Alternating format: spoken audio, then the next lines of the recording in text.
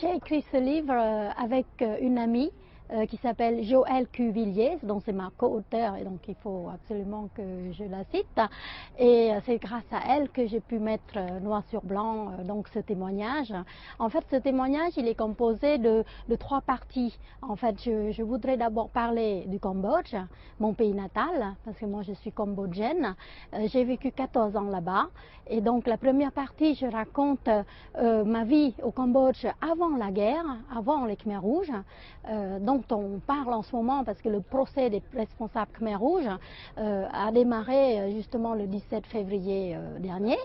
Et je raconte la vie un petit peu paradisiaque à l'époque où je vivais une enfance tranquille et j'étais valide, une enfance normale, jusqu'à l'arrivée des Khmers rouges en 1975, où là j'ai développé en même temps ma maladie, donc polyarthrite rhumatoïde infantile, parce que j'ai développé ça à l'âge de 11 ans.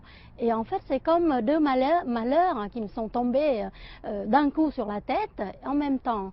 Et donc mon témoignage personnel, c'est en même temps que le pays sombre dans le chaos, dans les douleurs indescriptibles, moi, mon corps, il plonge aussi dans la désorganisation en fait. Mes articulations sont tous été gonflées, on souffre, en fait c'est toutes les articulations qui sont abîmées.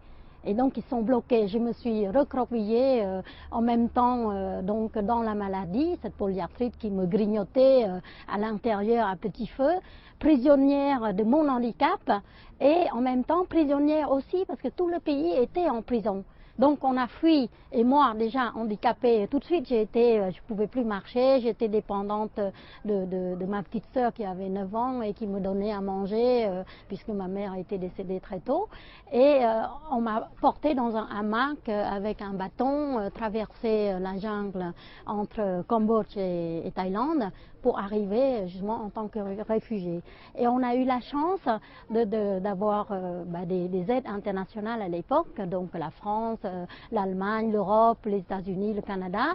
Et nous, on s'est inscrits pour venir en France. Et la France m'a sauvée. Grâce à la France que j'ai pu effectivement passer de situation en fauteuil roulant pendant 5 ans à la station debout et avec 9 opérations, des prothèses dans les genoux, les hanches et pour pouvoir remarcher. En fait, en France, c'est aussi le combat. C'est un autre combat qui a continué pour moi. Donc c'est la troisième partie de mon livre. En fait, première partie, le paradis au Cambodge avant la guerre. Deuxième partie, sous les Khmers rouges, comment on a vécu au quotidien. Donc j'écris sous forme de journal en fait. Et troisième partie, mon adaptation et mes combats pour remarcher d'abord et pour apprendre la langue française, pour m'intégrer dans la société. Et donc j'ai pu, en fait c'est une renaissance. En France c'est une renaissance. En fait les années terribles, 4 ans sous les Khmers rouges, n'ont pas réussi à me casser psychologiquement en fait. J'aurais pu être cassée. J'aurais pu morfondre, pleurer en disant que voilà, tout est fichu maintenant, mais non, je vais à l'avant et je continue malgré ce que je dis souvent dans mon édicat, c'est la guerre, la maladie et le handicap n'ont pas de prise sur l'espérance que chacun porte en soi.